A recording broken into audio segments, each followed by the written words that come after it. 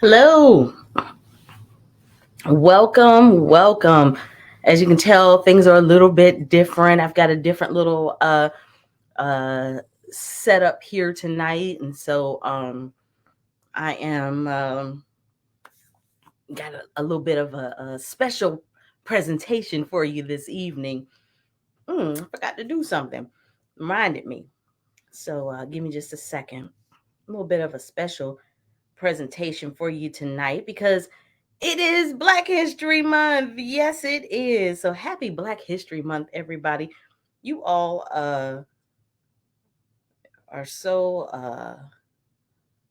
much of a blessing to me to just tune in. I really thank you for let me just do this real quick. Yes.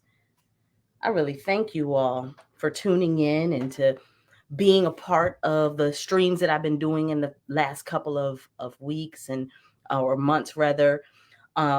This is Thursday Thoughts with Candace, where we meet at the intersection of Black and LGBTQIA plus in Savannah, Georgia. And we meet every first Thursday of the month, and it is the first Thursday of the month of February 2024, and it is the first day of Black History Month. And so I'm waiting to see if some comments come through because I'm making sure that all my systems are set up. Um, and if I need to, I might just also set up my own stream here just to make sure I am streaming so I can at least check for myself to see if I'm streaming. And maybe I'll make a little comment here just to make sure all is well and all systems are a go. So hopefully you all are able to see this and we can get started here in just a minute because I think it is about time that we have had some of these conversations that we have been having the last couple of months. Um, you know, every month. Yeah, I have set on this video in particular, this particular subject matter in particular. I have set on it. I almost did an MLK Day special. Like I have really set on this for a whole month, and y'all will see what I'm talking about in a little bit. But I told myself wait until first Thursdays. I'm trying not to burn myself out here. I have a tendency to go hard on something for a matter of weeks or months or whatever, and then burn myself out after the first 3 or 4 months, and then I'm exhausted, and I'm not able to do what I wanted to do. And so, but this subject matter is just way too important for us, for me to burn out on it. And so I want to make sure that I give it what it's due. I want to make sure that I'm having these conversations in a thoughtful way, and that I am making sure that I don't get to a point where I have nothing more to say because I've done 3 or 4 different, episodes in 1 month, and then I've exhausted. Not that I would exhaust the content because there's always something. Please believe me, there's always something.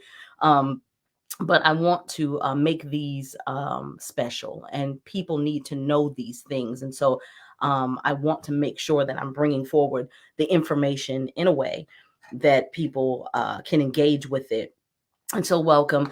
The BIPOC LGBTQIA plus community in Savannah is, just so everyone knows, and this is what we've been talking about, is purposefully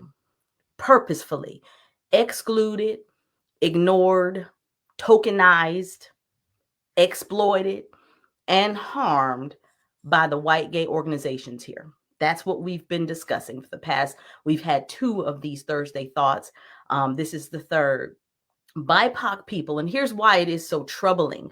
BIPOC people make up 60% of the population in Savannah. That's a lot. That's a lot of people. 60% of the population in the Savannah area are made up of BIPOC people, just about near about 60%. And any community organization, not just the gay ones, but any organization, nonprofit that proclaims that they are a safe place, an inclusive space, or any of those different things, and they are not serving the BIPOC community. They don't have a focus on BIPOC people. They don't have leadership that is BIPOC. That's an organization that needs to be questioned.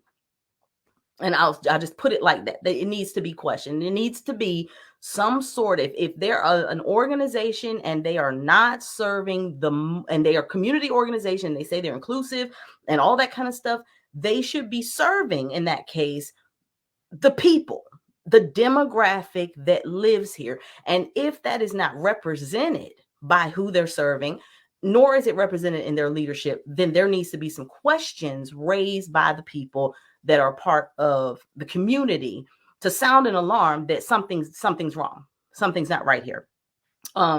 So some of these organizations, especially the ones that I've been pulling out, they continue to harm, have been made aware of their harm, and refuse to make the structural changes necessary to reduce or eliminate that harm.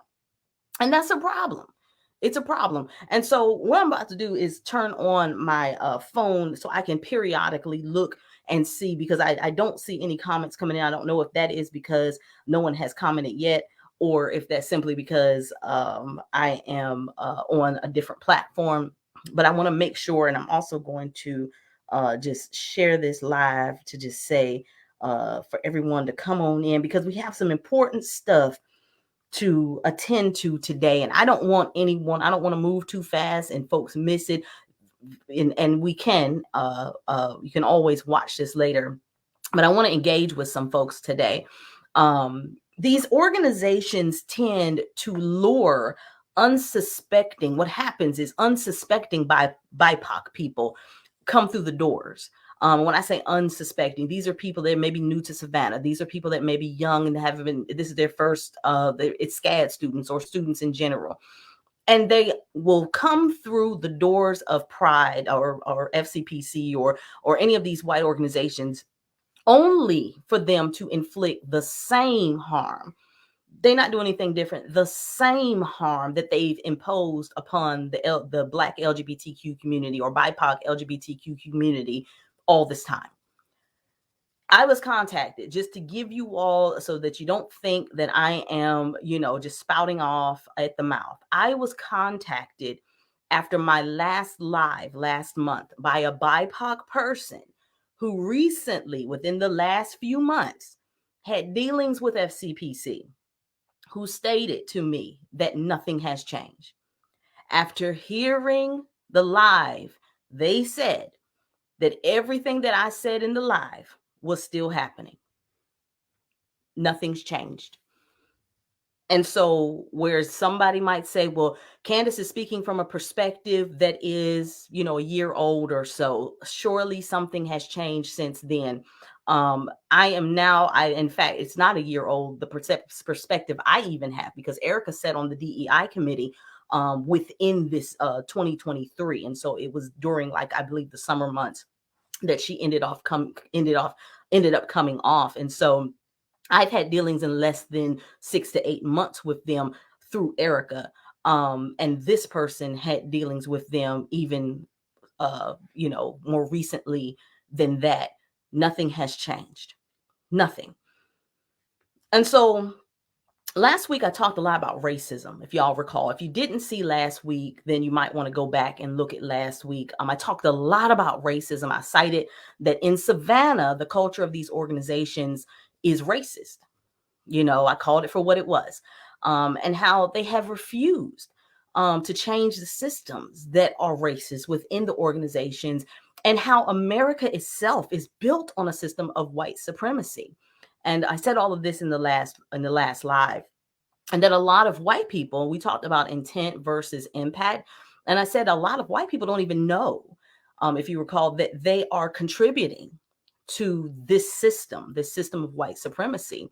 I said at the beginning of the video, if y'all recall, that we would talk about this in intent versus impact, but I truly believe that a lot of people don't realize when they're doing certain things, because it is just a part of the fabric of our country.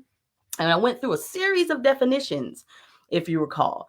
And wouldn't you know it, as soon as I went through, I went through an hour-long session last time Wouldn't you know it, at the strike of midnight, roundabout, that evening, I got 2 inbox messages.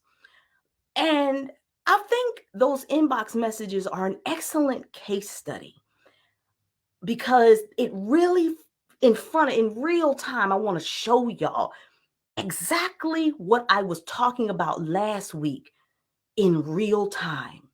So I'm just going to share with you and add this to the stage. And I don't know if you all can read it. It's small. So let me go ahead and read this so you can see what it says. This came as an inbox message on the night. If you look, it's January 5th, but I had the live on January 4th. But it's still that night because it came through at 12:39 a.m. So the very, couple hours after the live.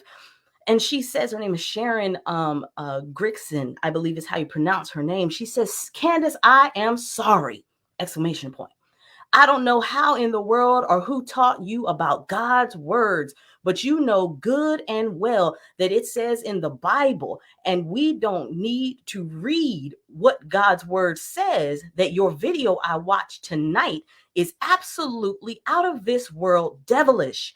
And you should be a damn shame that if your South watchers, I'm just going to read it like it is, saying to these people out here in the world, you are promoting that white, not a punctuation mark, I'm just going to read it like it is, white, you are promoting that white people are prejudiced. You need to stop with that because there's just as many damn black people that are prejudiced of whites. And I have witnessed it myself in California. So you need to stop saying that stuff, girl. She calls me girl, because God is going to come back around at you because you know what you're saying is wrong in those videos. You should be ashamed of yourself. She didn't put a period because I think she knew she'd come right back within a few minutes. If you're a pastor, you know good and damn well what the Bible says and why God's words say. And your video tonight that I watched was absolutely ridiculous. All you could do is criticize white people, saying they were prejudiced, when you know good and damn well there's just as many damn black people out there that are prejudiced of why we just don't effing jump up and down and yell and scream about it. No period. I don't know if she intended to come back or not. I blocked her. I have since unblocked her because she should learn a little something tonight. Let's break this down. First of all, this is an excellent case in point. I don't think Sharon actually listened to the entire video, the video from last week. I don't think, and I'm going to go ahead and give her the benefit of the doubt and say that she didn't watch. She couldn't have watched the video, the full thing from last week or last month. If she did, I then would need to question her comprehension abilities, because she goes off on this tangent about prejudice, that when in that last video, we pretty well established that we weren't talking about prejudice, but rather we were talking about racism. And we talked about the fact that those are two different things. Had she actually listened to the video, because I don't think she did, she would have learned the difference between the two. And some of what she said, probably she couldn't have said it with such boldness, especially. But the first point I want to draw in showing you all this and why this is such a good case in point is because she does exactly what I described in last week's video. Remember last week I used an analogy. I used a dog analogy, and I said that often white people, that they kind of like treat black people like someone may treat their dog, with a type of superiority over them, feeling that they are superior over them. And I used my own dogs as an example, and I said that I love my dogs. My dogs are like family to me. I like them for companionship, all that great stuff. They're allowed in my house. My dogs, I don't go as far as let my dogs eat off the table or anything like that, but my dogs are, they can come up even on the sofa and all that good stuff. However, the dog is still a dog to me. And if ever one of the dogs would turn on me, I will put the dog in the dog's place. If the dog pees in the house, I'm putting the dog outside, or in its kennel. If the dog growls or is aggressive with me, I'm going to show the dog that I am alpha and that I am in charge because I am a human and I am superior. And so I said all of that only and I said in the video, if y'all recall, I said, I bet you anything, somebody gonna try to come and put me back outside. Because I said, in this analogy, I'm like the dog that has gotten ruthless. I'm showing my teeth. And anytime a Black person or BIPOC person in general stays in their place, they're fine. But as soon as they're out of their place, as soon as they, are posing themselves as a threat or posing themselves as someone who is equal, they make sure that they're put back into their place. And I'm pretty sure somebody gonna try to put me in my place, if you recall. Sure enough, like I said, I get this email or this inbox message from Sharon. She made sure that if no one else did it, all the way from Virginia, that she did it. Case in point. Like I said, Sharon lives in Virginia, y'all. I know her because last year when my mom died, it turns out she had helped my mom. I'm not sure exactly of their relationship, but she had helped my mom. She knew my mom. And so when my mom passed away, she was one of the people to, give condolences and all that good stuff. And later on, we did my mom's estate sale. If you saw back in the messaging, there was something I had said to her about a flashlight. She had left her flashlight at my mom's house. I was making sure that she got it before we left. So I have met this woman, but only once. I've talked to her on the phone maybe one time before that. I think she and I must have become Facebook friends somewhere along this estate sale time period. And I guess she got curious when she saw my live last month and decided to listen to some of it. And boy, did she get angry when she heard it. She has, punctuation is all over the place. And in certain times it's non-existent. She has typos. She has misspelled words. If a message was conniption, she did it. Poor thing was so mad. She came back in a second time. Y'all see it? She came back in a second time just to be redundant and say the same thing all over again. Just mad. And here's the thing. This woman is all the way in Virginia. Not only that, Sharon is straight, to my knowledge. Not only that, she's cisgender. So this cisgender white woman from Virginia listened to a live video that I did about cisgender white men in Savannah and gets incensed about it, so angry that she must inbox me with this all this passion, so angry about it that she had to inbox me. The only trait that is shared. Sharon is a woman. I talk mostly about men. Sharon is straight. I talk mostly about gay people. Sharon is in Virginia. I specifically said I'm from Virginia and had never experienced what I experienced in Savannah. I talked specifically about Savannah. But yet, in all of that, she decided to wear a shoe that wasn't even meant for her. The one commonality was whiteness. And so my perceived attack on whiteness is what enraged her. Now, mind you, my attack was on white supremacy. That's what I was attacking. I wasn't attacking whiteness. Because if that were the truth, then plenty of the white viewers on here would have felt attacked too. I wasn't attacking white people or even whiteness. I was attacking white supremacy. But all she heard was white and got up in arms about it enough to inbox a near stranger with anger and passion about something that she didn't even have a dog in the fight. If y'all haven't gone to see the movie Origin, then I'm going to ask y'all to please go and see that movie. You all know it was filmed here. If you're in Savannah, it was filmed here in Savannah. It's about the caste system, which is seen all over the world. It's not just about America. Most notably, caste systems are seen in the book and the movie talk about America. It talks about India. and it talks about Nazi Germany while Nazis had rule. In our case, in America, our caste system is based on race.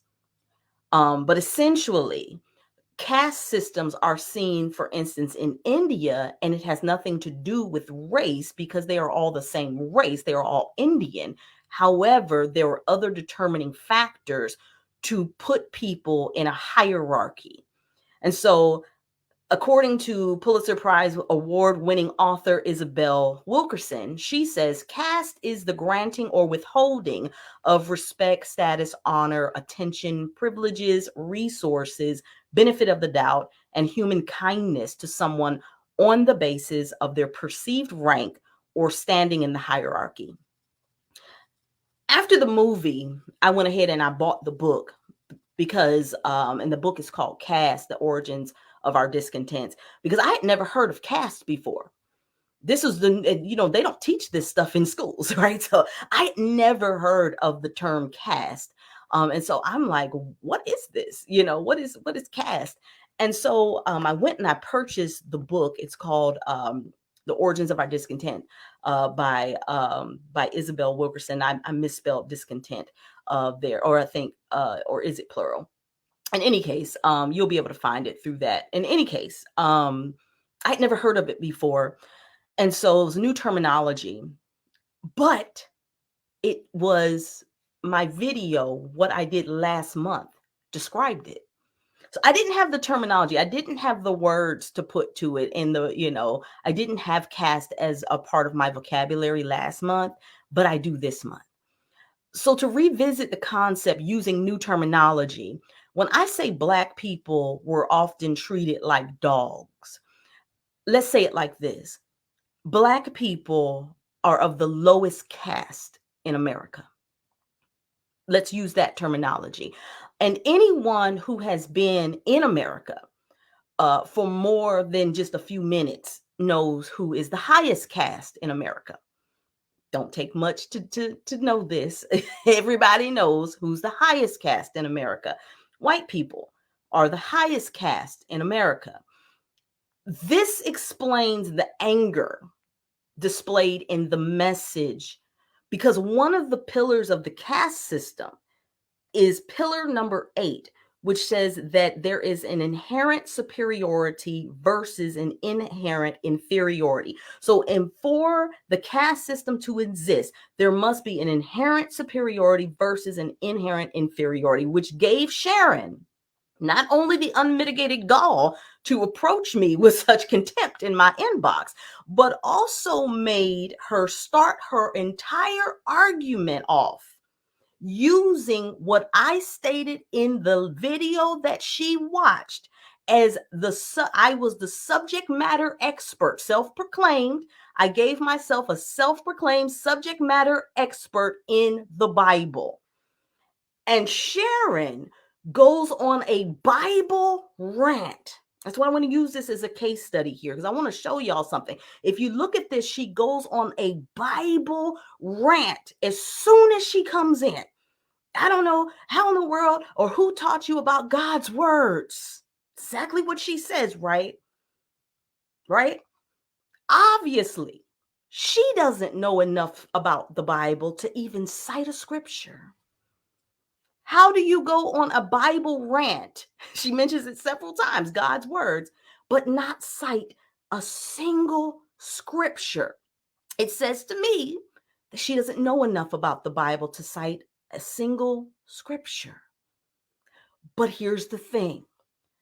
As someone from the highest caste, she had to attempt to display superiority even in the subject that I hold degrees in. I'm showing you all a live case study of what I'm talking about. Even in the subject that I said it in the video, I hold 2 degrees in the Bible, in theology and in religion. I hold a bachelor's in religion and a master's in theology, or divinity rather. And I hold these degrees, but yet she still comes in trying. She fails, but tries and attempts to display superiority, even in the subject matter that I am an expert by all, and like I said, within reason. Because according to the caste system, here's pillar number 5. Pillar number 5 is occupational hierarchy. The idea that those from the lowest class cannot and should not exceed those from the highest class in certain occupations and skill sets. So education and knowledge, of course, is reserved for those of the highest caste. So to hear that someone from the lowest caste, now she didn't do this consciously. This was, like we said, this is things that we don't understand sometimes that we're doing this, but I'm showing you how this played out. So let me just go through, because I put, make sure that we're getting all of these. Pillar 8 is inherent superiority versus inherent inferiority. Pillar 5, occupational hierarchy. We're right here. To her, how could I, lowest caste, know more than her, highest caste, or lowest class, highest class? How could I know more than her on something that is academic? And so she had to, she could do it, but she tried. She had to try to show superiority over me. You know what the Bible says, and I don't know who taught you. She starts off with that. I don't know who in the world taught you, right, about God's word. But in other words, I know it better than you. And it says, and never really cites anything. And so, this is the thing. People from a lower caste showing and displaying academic knowledge is often an affront to people in the highest class or caste.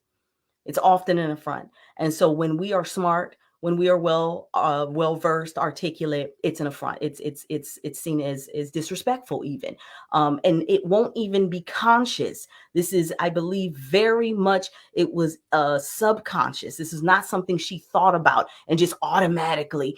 What's she doing, knowing more than me, or saying she's an expert at something academic? I'm going to show her. I don't have time to do a Bible study tonight, but if you want to know what the Bible says about social justice, I can't escape my favorite scripture, which is Micah 6:8. What does the Lord require of you? To act justly, to love mercy, and to walk humbly with your God. I also cannot escape Amos 5:24 that says, but let justice roll on like a river, righteousness like a never failing stream. If we want to talk Bible, we can talk Bible. I won't do that tonight. I will spare everyone. But the fact that you can't stand it is funny to me, falling right into the play of the system that we've all been born into, right? Let's move on to the next point on this. She says, if you read on, she says about middle of the first paragraph, she says that I am promoting that white people are prejudiced. That's what she says. I'm promoting that white people are prejudiced and that I need to stop because there are just as many Black people who are prejudiced. Tell me you didn't listen to last week's video without telling me you didn't listen to last week's video. I never used the term prejudice. Not once. I used the term racist. To simply have a bias against someone is not in itself racist, and I made that pretty clear. Racism is a system. Let's use our new terminology. Caste is a system. In America, the caste system is based and determined by race. That's why in America, they are so easily synonymous almost. And so in America, it is race that determines your caste. And it's very easy in America to see your caste even from a distance. And that's important. That's important. Those who are white are of the highest caste, born into the highest caste in America. And as long as you are a part of the highest caste, that means that you in America, that you have been taught certain biases about those of the lowest caste. It's just what happens. It's part of the system. If you are of the highest caste, In any caste system, you have been taught certain biases about those in the lowest caste. There are certain assumptions that you are taught to make about the lowest caste. And again, this is not just in America. This is seen in India. This was seen in Nazi Germany. It's in other places. As white people in America, in any of our states, you have not and will not experience being part of the lowest caste. It's impossible. And so when she goes on to say there are just as many Black people, this, that, and the other, and she even says she experienced something in California. and she compares it to what I say and what I called racism.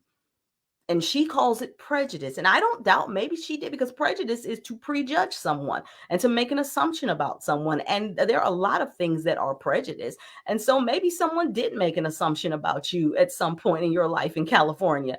But that's not racism. What I am trying to say is that there is a system, caste systems, use the new terminology, where there are people at the top and there are people at the bottom.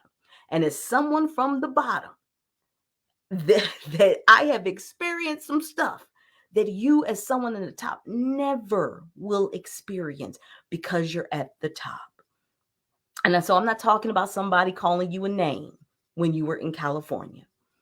Notice she had to go all the way she lives in Virginia, remember? She had to go all the way to the other side of the nation in order to experience what she considers prejudice. All the way. She didn't say I experienced it yesterday. Didn't say I experienced it, even a few years ago. She had to leave her state, go all the way to California, which is on the other coast, to experience this thing. Black people, we experience the system of racism when we open our eyes. We're not the same. I'm going to make these last 2 points and I'm going to draw it all home to what this means for Savannah. Here's the last 2 points. She says that God is going to come back around. These are the words she used. God is going to come back around, she says, on me. She threatens me with God. Y'all see that? She said that calling out racism here in Savannah, because that's what I was doing in my last video. She says that that's wrong. And it's so wrong that God himself is obviously angry and that I would be punished. She said he's going to come back around on me, that I will be punished by God for what I'm doing. I want to show y'all this because I'm doing all this for a reason. Like I said, this is a case study. Pillar number 1 of the caste system is this: divine will and the laws of nature. It's taught in a caste system that God is in favor of that caste system. It's taught in a caste system that God's will is that the lower caste be the lower caste, and that the higher caste be the higher caste, and that God is in favor of that dominant caste, that they are the chosen. And if someone from the lowest caste dare step outside of their container, that they would not only have to answer to a member or members of the dominant caste, but they would have to answer to God himself. I'm showing y'all this because I want to bring this home. I want to bring this home for y'all.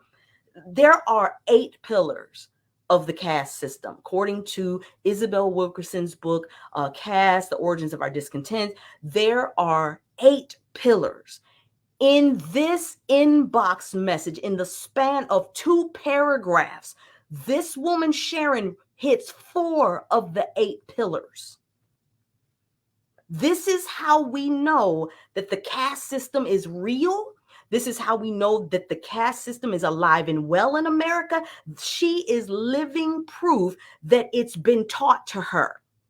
because she literally draws out, with a knee-jerk reaction, draws out 4 of the 8 pillars in what she said to me. 4 of the 8. She's following it to a T. She goes out of order. She don't do them in order, but she's following it to a T, as if someone wrote a script or bullet points that she should hit so that she could put a member of the lowest caste back in their place. She's hitting them. And she hits me with pillar number 1, divine will. God is going to get you. God's angry at you for doing this because it's God's will. Pillar number 1. Here's the last one. Pillar number 6 is dehumanization and stigma. I made a quick mention last week or last month to the poem We Wear the Mask by Paul Laurence Dunbar. Basically, in that poem, Paul Laurence Dunbar describes having to wear a mask as a Black person in America. That basically shades our eyes, that we smile. We have to grin through our pain. Isabel Wilkerson writes about how when the children of enslaved women were being sold on auction blocks away from them, that they would be in trouble. They would be beaten if they dared cry. That they were expected to get rid of all human emotion about what was happening to them. We know through the civil rights movements, much of the same was true. If you recall, there's a portion of the movie The Help.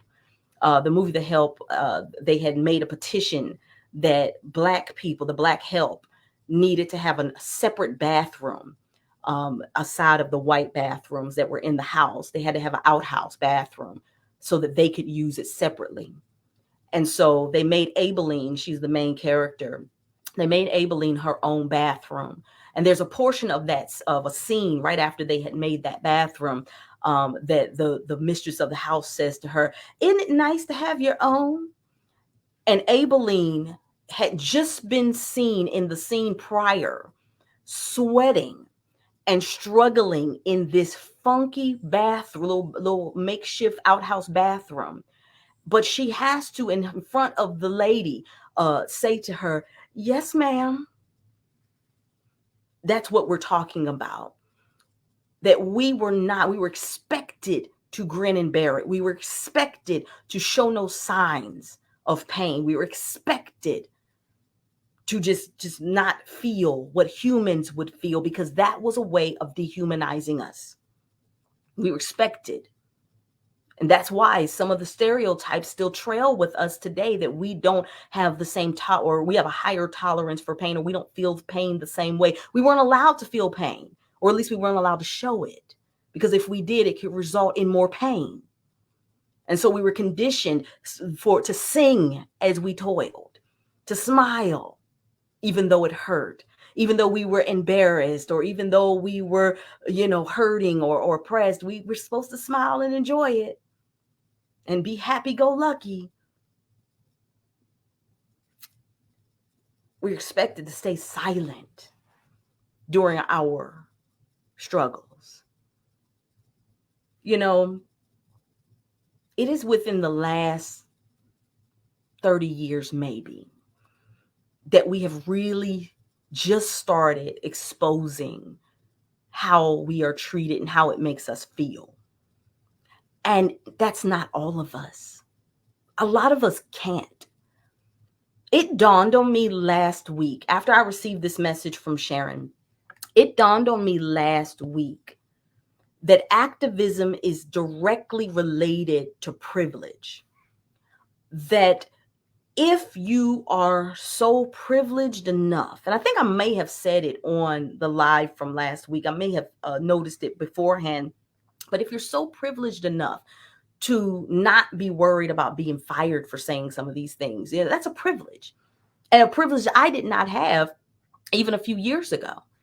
That if I were to do this exact same live on racism, because I was employed by a cisgender white, man, here in Savannah, I could have very well, now they wouldn't have said it was because I was being outspoken, but they could have come up with something to fire me because they wouldn't have liked it, or possibility that they wouldn't have liked it. And so it takes amount of privilege. I won't even call it bravery, because you got to eat. And there are Black people that are suffering and saying nothing because they're afraid that if they say something, that the little bit that they do have, they will lose it. So they're not allowed. They can't. They are pigeonholed to just grin and bear it and pretend like everything is fine. No, you're fair to me. No, everything is great. That's the world that a lot of people are living, too afraid, and if they're not, and not afraid, they're this pigeonhole, afraid of losing everything. Can't. And so it's just been within the last, couple of decades that some of us have emancipated farther enough into the system where we hold jobs. Either we're business owners on our own, or we hold jobs that now, as more progressive people are coming along that don't mind us speaking out and expressing our pain, that we're able to. This is new. This is new. And so if you'll see the part, and I bring all of this up, and I bring that fourth thing up, the dehumanization and stigma, I bring that fourth pillar up, because if you see what she says in the second paragraph, the very last line, she says, you don't see us. She tries to say that somehow or another white people are experiencing the same thing as Black people. And then she says that you don't see us jumping up and down, screaming and hollering about it, screaming and yelling about it. That's what she says. That's trying to dehumanize. That's pillar number 6. We're not supposed to have a reaction to the inhumane treatment. We're not supposed to have a reaction to the fact that we are systematically left out. We're not supposed to react to the fact that we're not being serviced. We're not supposed to react to the fact that we're being tokenized. We're not supposed to react to the fact that we're being exploited. You should grin and bear it. And here's my thing. If you really do see us, if the thing is, and this is how, again, it's dehumanized, if you're seeing someone jump up and down, scream and yell about something, why are you not paying attention to it? Why are you not paying attention? If another human being is jumping up and down and screaming and yelling about something, aren't you concerned about that human being? Aren't you concerned that something is really wrong? Because this is another human being. You know what it takes to get you to the point of jumping up and down, screaming and yelling. And you know what would make you feel that way. And so if you witness another human being who you consider an equal jumping up and down and screaming and hollering, wouldn't you be concerned with that person to ask them and to try to figure out what's wrong? No, but that's not what Sharon does she? Why? Because she's been conditioned to think that we are not like her. She will never admit this consciously. She probably doesn't even realize that it's a thing, but it is part of the pillars. They're not as human as I am. They're not human at all. And all they're doing is complaining about a whole bunch of nothing. They're faking it, in other words, because they're not like us. They're not like us. If we're expected to be silent about our pain and we can't express it, you just made us not human anymore. It's human nature to express pain. Take any baby, and give it a shot. It cries. And you know what? And I will say this. And when and if a child does not react to pain, immediately they take that child through a series of tests, because they will see that as a sign of something's wrong. There's something going on with this child. They're not experiencing pain. Why? Because they're not crying out and they're not experiencing pain. But that's how you expect us to act in the middle of pain. It's astonishing to me how textbook this woman's knee-jerk reaction to my last live was.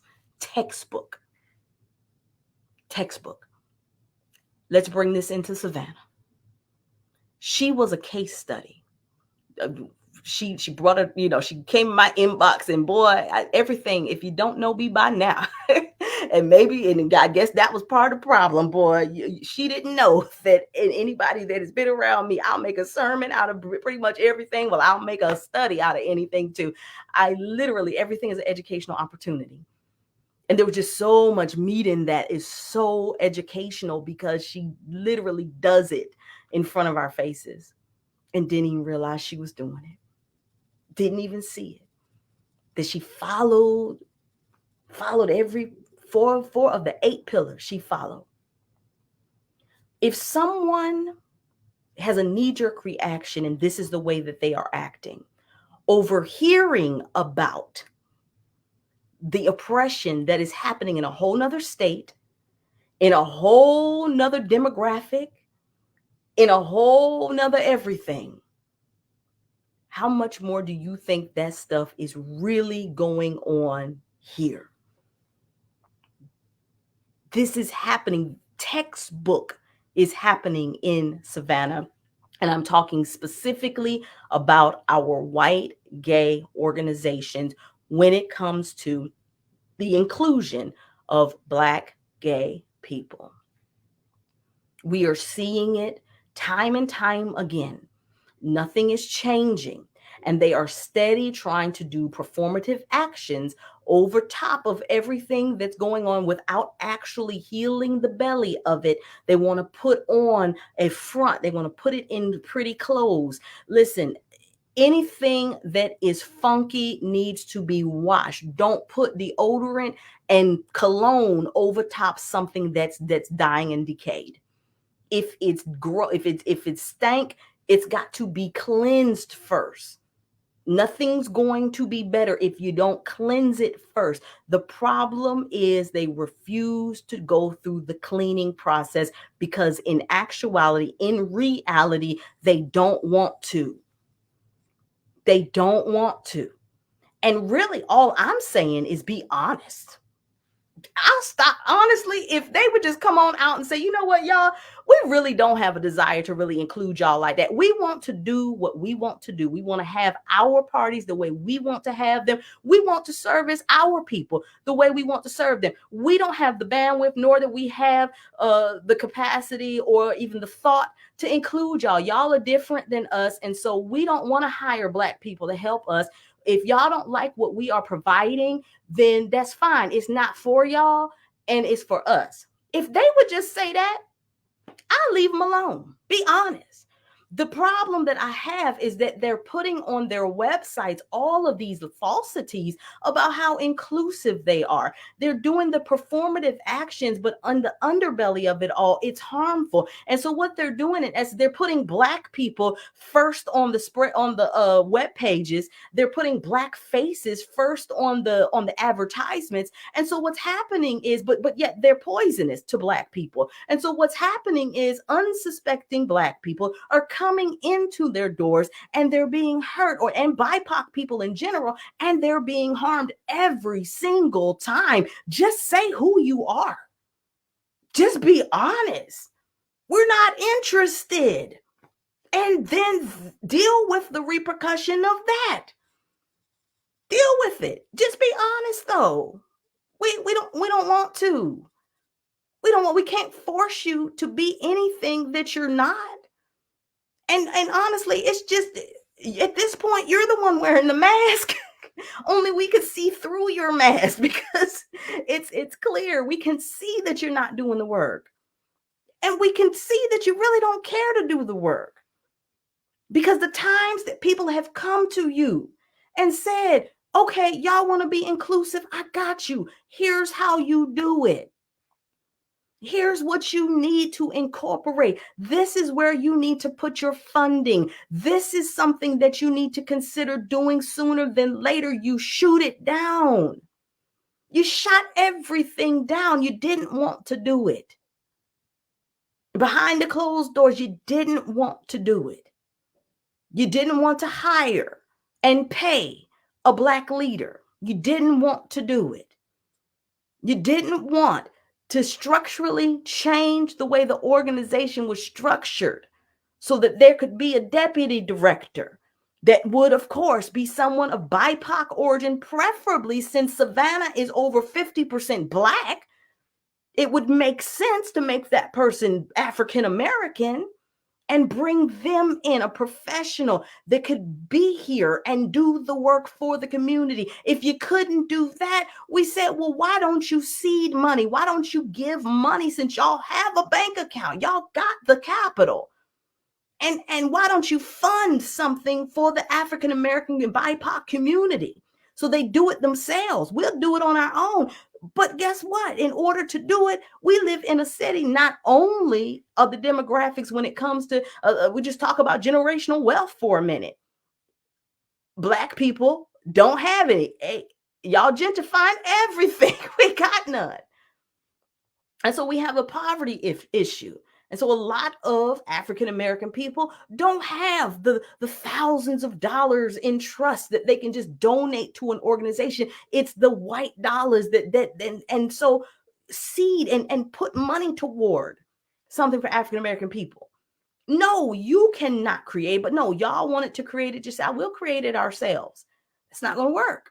And we've told you 30 million times that can't work. That won't work. That won't work. You cannot create something for us, nor do we need you creating something for us. We need your help, but we don't need you to try to do it because you don't know what to do. But you refuse to do that. You refused every turn because to you it's wasting money, obviously, because you wouldn't make a budget for it. To you, it's a waste of time and it's a waste of resources to hire some, because honestly, we're not your focus. We're not your focus. It's a shame we're not your focus with the demographics in this city the way they are, but we're not your focus. Tell the truth. We want it the way that it is. And that's all right. Deal with the repercussions of it when it comes, but that's all right. At least it's honest. We want it the way it is. Because y'all gonna do what you want to do anyway. And what you do is you go out here and you find people that have dark skin that will just co-sign and nod their head and say yes. And you tokenize them. And you throw them a crust of bread or two and you give them your validation. And for whatever reason, they like it. And that's on them. And so then you tokenize, well, they say it's okay that we do this. When the greater Savannah BIPOC community is saying, no, it's not. We're tired. We're tired of the treatment. We're tired of the exploitation. We're tired of you using our gifts. We're tired. We're tired of you treating us and let me just tell y'all this. And I said I was going to tell you some. So the executive director of Pride goes on a whole rant against Erica after she was a part of the DEI committee and tries to slander her to the whole city council, to the whole city, to the city council, sent a whole letter to the mayor. I would hope they would have known that I'm her wife, and that I'm like the chair of the Pride, the Proud Savannah Task Force, and that letter was going to come to me. But a whole slandering that she was hateful, and that she was, pretty much mean and was, and that she was a part of Proud Savannah and she needed to be removed because of how hateful she was and racist she was and all these things. And pretty much got on a phone call with one of the workers of the city, got on a phone call with him and was just slandering Erica up and down. There's a whole document, a PDF document, 120-page document that these people went and took, literally, just cyber stalking Levon And anybody that said anything, liked one of Levon's statuses, anybody that made a comment on one of Levon's little statuses or whatever on his Facebook page, it's in that document. And, and threatened that they were going to take out some lawsuit against Levon for speaking truth on his Facebook page about their organization. When it became illegal to express your discontent with an organization, I don't know. But again, when you're part of the lower caste, anything that you do that upsets the upper caste could be considered illegal, because it's illegal pretty much without it being written. It's pretty much illegal to upset the upper caste. That's what we're seeing play out, right? These organizations are harmful. To take out a whole slander campaign on Erica, of all the people, on Erica. Done. Y'all want to know the day that I decided? Very well. Very well. That was the day. That was the day. And don't worry. Don't worry. There's more. There's more. I'm not going to hold y'all much longer. I never saw any, and the comments are coming through. I'm so sorry. My StreamYard isn't bringing the comments onto my little screen here. So let me just back up and see. I'm gonna say hi to some of y'all if y'all still here. I saw my wife is here. Hello, Erica. There's Rochelle and Kim. Good to see you. Good to see all of you. Thank y'all for tuning in. Thank you so much. There's Nat. Good to see you. Good to see you. Quincy, good to see you. Oh yeah, your name is in that document. Your Facebook profile is in that document. A whole lot of y'all.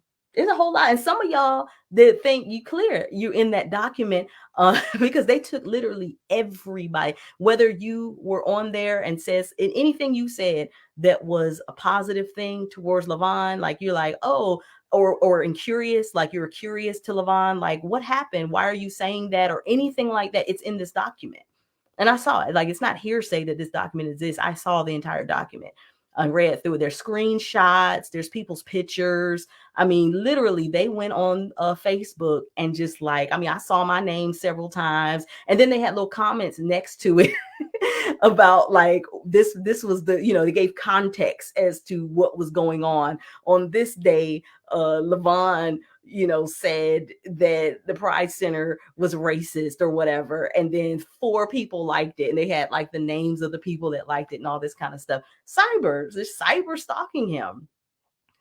And then would go and from several sources told me that some of the people that if they knew them or had contact with them, they would go and make phone calls to them and be like, hey, I saw you commented on this status, and pretty much try to like, behind closed doors, just slander Levon to them. You need, and what they would do is they would say something like this. So I saw that you are connected to Levon Ewins. You do know that he's dangerous. And the fact that you have children, I would think that you would want to be concerned. And that I'm concerned that you would need to know this information about him because he had a gun. Like literally, these are the conversations they were having about this man to other people in hopes that they could pose him as like the angry black man, so that the person they were having the conversation with would then fear Levon. And when people are afraid of black men, what happens? See, at this point, it was becoming quite dangerous. It's another thing to take pictures of somebody's statuses. I'll say, whatever to that. But it's something else to try to put in. And I will tell you, it was white women they were doing this to. It's another thing to try to put in a white woman's mind that a black man is dangerous. And for really just on because, that's what you want to do. Because what if, and this white woman happened to be mad cool and, so she didn't do anything. But what if she wasn't? What if she had taken that to heart, that Levon is dangerous? The next time Levon came over to her to say anything, the next time Levon even, approached her, what if he approached her and it was getting dark outside? What do you think was going to take place? What do you think could take place? And this woman is afraid of him. 911 could be called, right? Something could escalate. This man could lose his life. When you peg a Black man to be dangerous, all sorts of stuff takes place. All sorts of stuff. And we know that. We know that because we've seen it play out on before our very eyes. We saw it play out when Ahmaud Arbery was supposedly looking suspicious running down the street. We saw it play out when Trayvon Martin had a hoodie on and was walking down the road with Skittles and an iced tea in his hand. We see it play out. So we know how it goes. We know how it goes. And we know what we know they were trying to weaponize this white woman's fear against Lavon. And it's not right, period. So any case, that's that. I'm going to go on ahead and get off of here. Hopefully you all have will go out and either get that book. It's called Caste. I'll put it here one more time. The Origins of Our Discontent. Or I think it is discontent. I think it is plural. It's by Isabel Wilkerson. She is a Pulitzer Prize award-winning author. It is a dynamic book. I encourage you to read it. If you are not much of a reader, but would like to still kind of get a little tidbit of the information, the movie Origin, it was filmed here in Savannah, is dynamic. Please go out, run out, go tonight. I'm sure they're playing it somewhere. Go tonight and see it if you can. That's all I have. I'll see y'all next first Thursday for Candace's Thursday Thoughts. Y'all take care. Bye-bye.